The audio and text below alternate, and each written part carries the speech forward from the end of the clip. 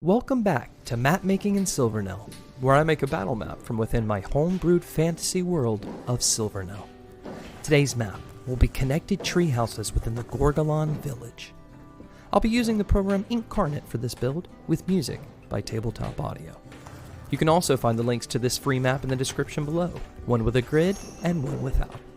Let's begin. So to start, I decided it would be really cool to have these tree houses built over top of a massive chasm in the jungle floor. So I added some land with the Create Land tool, and slowly but surely filled the land in with greenery. I blended each precipice to show the greenery turns into dirt and stone on the edge.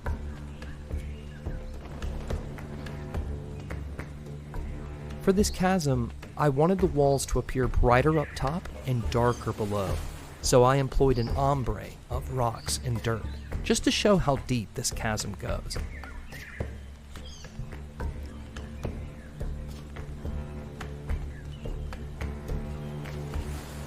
As we go along, I plan to use large tree assets over top of my tree houses, but underneath them, I already wanted trees and bushes, so right here I'm just simply creating what will show underneath our tree houses. Whatever caused this chasm could come into play during your battle on this map. Perhaps a gargantuan monster, or unhappy tribal god. And then it was time to outline where the actual tree houses would go.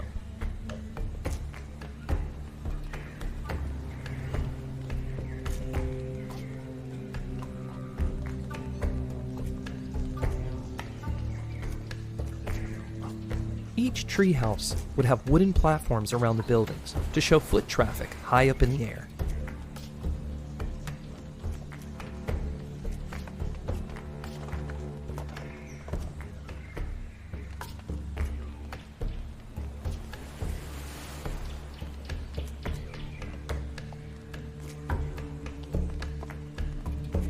For the walls of each treehouse, I chose a green and brown aesthetic.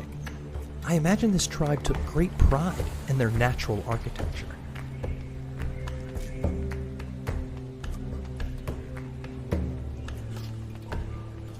In my mind, this tribe built highly elevated homes to avoid floods, swarming insects, beasts, or maybe even dinosaurs.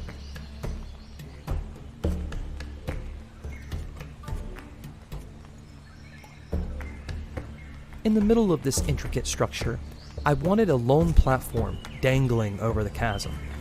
This will be where I place a shrine. This can be used to pray to their jungle gods, or perhaps a feeding ground for their gargantuan beast that lives below. This platform will be held up by ropes connected to the surrounding buildings. So the more rope I use, the more stable this platform will be.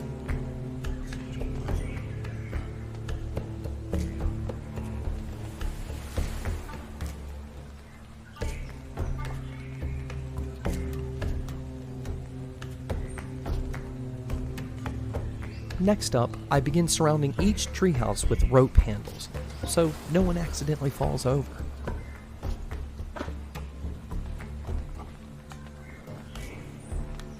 Each one of these ropes is made from jungle vines and branches. And then I continue to fill out more of the walls and floors.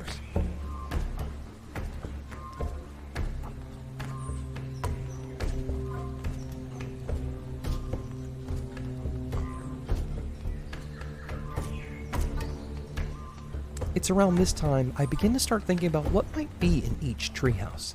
This community is very self-sufficient, so maybe a shaman or an herbalist.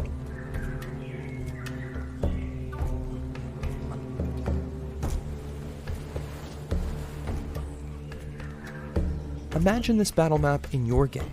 It lends itself perfectly to a tribal takeover, an imprisoned tribal escape, or maybe a great ritual calling forth that beast lurking below. As you can tell, I really like that beast.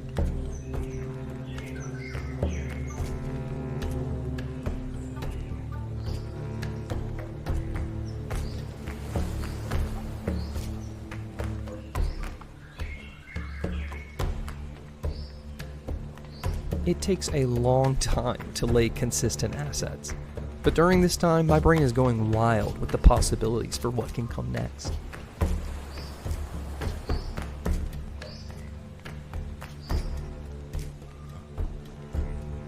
Perhaps this larger building can be for the shaman. We're going to come back to that.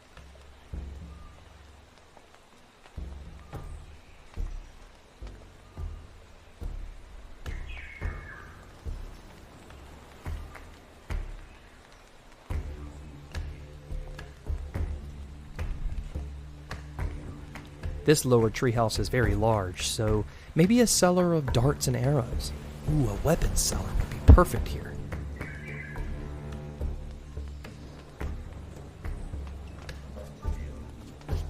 Couple more, perfect. Now it was time to cover some of these homes with trees, to show they are built in the trees, and not simply over top of them.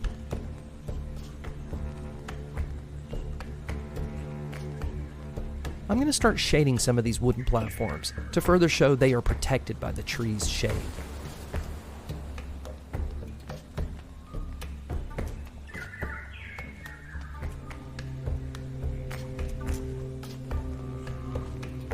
As I'm shading, I'm noticing these trees seem a little bright. So after this, I'm going to go ahead and darken up those trees a bit as well.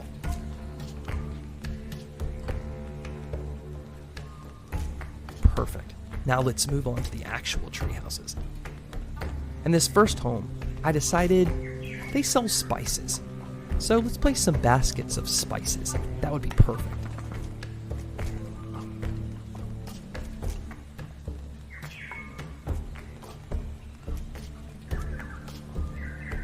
This next home will belong to an herbalist. Poisons, antidotes, and maybe some ingestible herbs.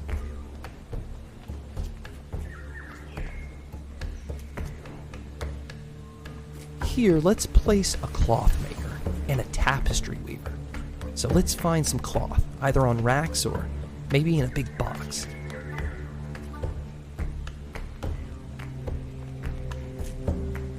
This larger home will be occupied by the tribal fisherman. From the rivers and beyond, he brings home every colored fish you can safely eat. Maybe even piranhas.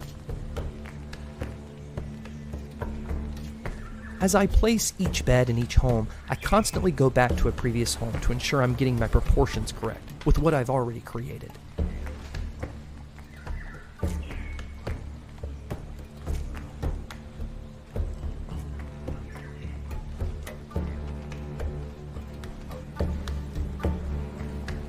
Let's go ahead and place some more fish. Great. Now, before I move on to the right side, I want to place some torches and light, and that means darkening parts of the room where light is scarce. So after these lights, I'm going to go back with a darker color and just get those corners.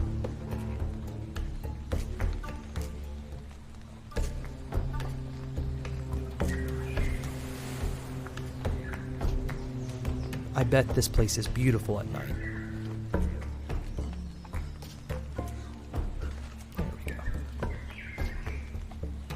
There's the darkening. Great. Now on the right side, let's begin with a food merchant. Someone to provide fruits and vegetables found amongst the jungle trees.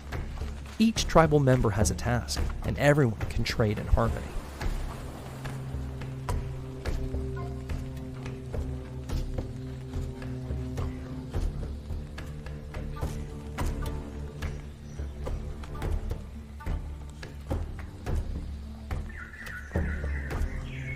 Here we go.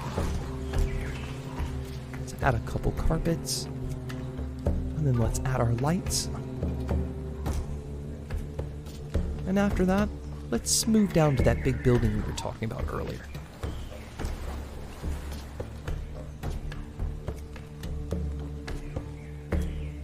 I'm going to make this building belong to the weapons maker, like we talked about before.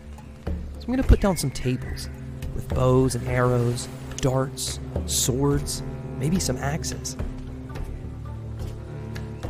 And I think this home will be for a family, so more than one bed.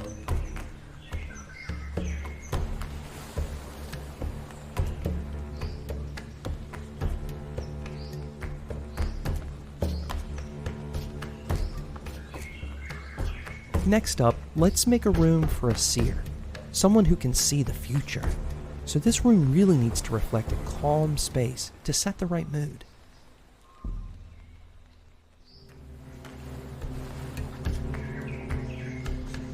And for this last building, I'll utilize this space for the head shaman.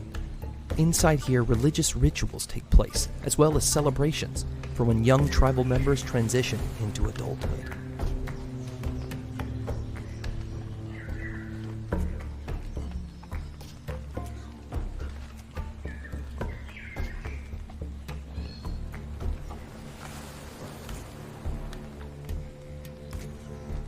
For our last installment, we return to our shrine.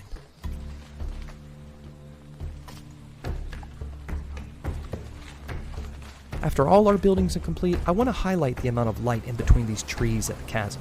So I'll light up the chasm edges and introduce some glaring sunlight. And there we go.